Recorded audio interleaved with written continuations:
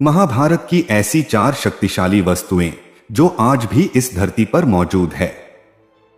कौन सी है यह वस्तुएं जिसे देवताओं द्वारा छुपा कर रखी गई है? आप देख रहे हैं रेयर नॉलेज। चलिए देखते हैं कौन सी है यह शक्तिशाली वस्तुएं। आगे बढ़ने से पहले चैनल को सब्सक्राइब अवश्य करें। हमारे वेद, पुराण, रामायण और महाभारत में ऐसी हजारों वस्तुओं का वर्णन मिलता है जो अगर वर्तमान समय में किसी को मिल जाए तो उसे हराना नामुमकिन सा हो जाता है। आज हम आपको ऐसी ही वस्तुओं के बारे में बताएंगे। पहली शक्तिशाली वस्तु है कर्ण के कवच और कुंडल। महाभारत युद्ध में जब तक कर्ण के पास कवच और कुंडल मौजूद थे तब तक कर्ण को अर्जुन हरा नहीं पाता। इस कारण इंद्रदेव ने ब्राह्मण का वेश धारण करके धोखे से दान में कवच कुंडल ले लिया। लेकिन सूर्यदेव के श्राप के कारण कर्ण के कवच और कुंडल के साथ देवराज इंद्र स्वर्ग में प्रवेश नहीं कर सके। इसलिए उन्होंने इसे समुद्र के किनारे किसी स्थान पर छिपा दिया था। इसके बाद चंद्रदेव ने यह देख लिया और वो उस कवच और कुंडल को चुराकर भागने लगे। तब समुद्रदेव ने उन्हें रोक लिया और उसे कहीं छुपा दिया। इसी दिन से सूर्य देव और समुद्र देव दोनों ने मिलकर उस कवच और कुंडल की सुरक्षा करते हैं। कोई कहता है कि कर्ण का कवच और कुंडल हिमालय में स्थित किसी गुफा में मौजूद है, तो कोई कहता है कि उड़ीसा में स्थित कोणार्क मंदिर में है। पर सच क्या है यह किसी को नहीं पता। कहा यह भी जाता है कि यह कवच और कुंडल भगवान विष्णु के 10वें अवतार भगवान कल्कि को मिलेंगे। आपको क्या लगता है यह हमें कमेंट करके अवश्य बताइए। अगली शक्तिशाली वस्तु है दिव्य धनुष और तरकश। वत्तासुर नाम का एक दैत्य था जिसका संपूर्ण धरती पर आतंक था। उसके आतंक का सामना करने के लिए दधीचि ऋषि ने देशहित में अपनी हड्डियों का दान कर दिया था। उनकी हड्डियों से 3 धनुष बने, पहला गांडीव, दूसरा पिनाक और तीसरा सारंग।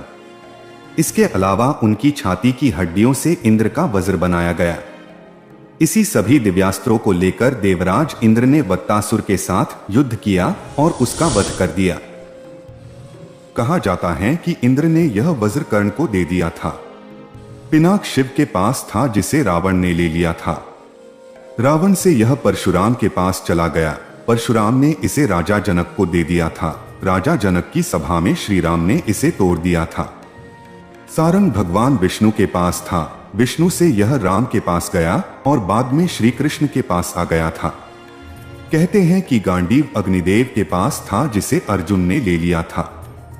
ये सब दिव्य धनुष, तीर और तरकश इतने शक्तिशाली है जिसका कभी नाश नहीं हो सकता। सिर्फ पिनाक ही राम द्वारा तोड़ा गया था। इन धनुष से तीर चलाने के बाद उन व्यक्ति के पास लौट आता है और तरकश में कभी तीर या बाण समाप्त नहीं होते। माना जाता है कि यह धनुष और तरकश आज भी इस धरती पर मौजूद है, लेकिन ये धरती के किस हिस्से में मौजूद है ये कोई नहीं जानता। अगली शक्तिशाली वस्तु है अश्वत्थामा की मणि। अश्वत्थामा के मस्तक पर जन्म से एक मणि थी जिसका नाम सिरोरत्न है। यह मणि अश्वत्थामा को सदैव युवा और जीवन में अमर बनाए रखती है। कहते हैं कि उस मणि के कारण अश्वत्थामा देव, दानव, दैत्य, अस्त्र शस्त्र, व्याधि, नाग आदि से निर्भय रहते थे। महाभारत युद्ध में आखिरी दिन रात्रि को अश्वत्थामा ने छलपूर्वक पांडव शिविर में घुसकर द्रौपदी के सोते हुए 5 पुत्रों की हत्या कर दी थी। अपने पुत्रों की हत्या से दुखी द्रौपदी विलाप करने लगती है। श्री कृष्ण को सारथी बनाकर एवं अपना गांडीव धनुष लेकर अर्जुन उसका पीछा करता है। अश्वत्थामा को कहीं भी सुरक्षा नहीं मिली तो भय के कारण वह अर्जुन पर ब्रह्मास्त्र का प्रयोग कर देता है। श्री कृष्ण सबको ब्रह्मास्त्र से बचा लेते हैं और अश्वत्थामा से मणि छीन लेते हैं और उसे कलयुग के अंत तक भटकने का श्राप दे देते हैं। अर्जुन ने यह मणि द्रौपदी को दे दी थी जिसे बाद में द्रौपदी ने युधिष्ठिर को दे दिया। शिव महापुराण के अनुसार अश्वत्थामा आज भी जीवित हैं और वे गंगा के किनारे निवास करते हैं, किंतु उनका निवास कहाँ है यह नहीं बताया गया है। माना जाता है कि यह मणि अश्वत्थामा को वापस मिलेगी और वो कल की अवतार के साथ मिलकर कली पुरुष से युद्ध करेंगे। अगली शक्तिशाली वस्तु है पांचजन्य शंख। महाभारत में कृष्ण के पास पांचजन्य, अर्जुन के पास देवदत्त, युधिष्ठिर के पास अनंत विजय, भीष्म के पास पौंड्रिक, नकुल के पास सुघोष, सहदेव के पास मणिपुष्पक था। शंख को विजय, समृद्धि, सुख, शांति, यश, कीर्ति और लक्ष्मी का प्रतीक माना गया है। समुद्र मंथन के दौरान इस पांचजन्य शंख की उत्पत्ति हुई थी। समुद्र मंथन से प्राप्त रत्नों में से छठवां रत्न शंख था। श्री कृष्ण के गुरु के पुत्र पुनर्दत्त को एक बार एक दैत्य उठा ले गया। उसे वापस लाने के लिए वे दैत्य नगरी गए। वहां उन्होंने देखा कि एक शंख में दैत्य सोया है। उसको मारकर शंख को अपने पास रख लिया। वहां जब उन्हें पता चला कि उनका गुरु पुत्र तो यमपुरी चला गया है, तो वे उसे लेने के लिए यमपुरी चले गए। वहां यमदूतों ने उन्हें अंदर नहीं जाने दिया। तब उन्होंने शंख का नाद किया, जिसके चलते यमलोक हिलने लगा। तब यमराज ने खुद आकर श्री कृष्ण को उनके गुरु के पुत्र की आत्मा को लौटा दिया। श्री कृष्ण अपने गुरु पुत्र के साथ वापस आकर उन्होंने गुरु पुत्र के साथ ही पांचजन्य शंख को भी गुरु को दे दिया। गुरु ने पांचजन्य को पुनः श्री कृष्ण को देते हुए कहा कि यह तुम्हारे लिए ही है। तब गुरु की आज्ञा से उन्होंने इस शंख का नाद कर पुराने युग की समाप्ति और नए युग का प्रारंभ किया। माना जाता है कि पांचजन्य शंख हरियाणा के करनाल से थोड़ी दूर पश्चिम में कांचवा गांव के समीप स्थित पराशर ऋषि के आश्रम में रखा गया है। लेकिन सच क्या है ये कोई नहीं जानता। अगली शक्तिशाली वस्तु है सुदर्शन चक्र।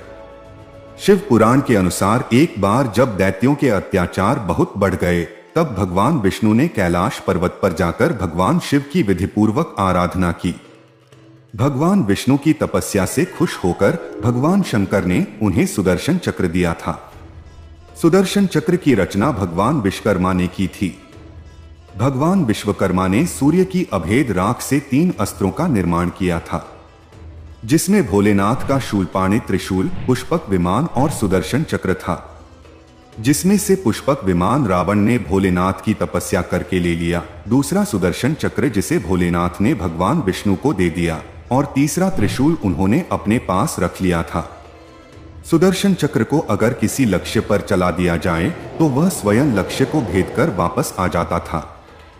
सुदर्शन चक्र काल यानी समय को भी रोक सकता था।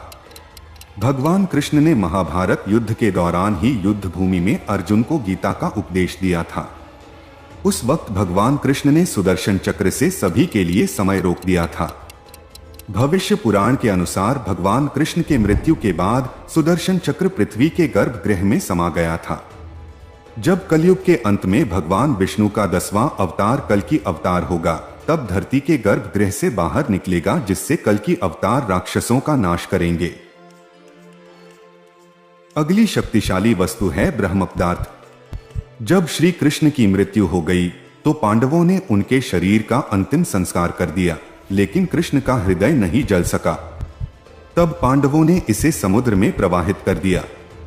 वो बहते हुए ओडिशा में पुरी के तट पर आ पहुंचा।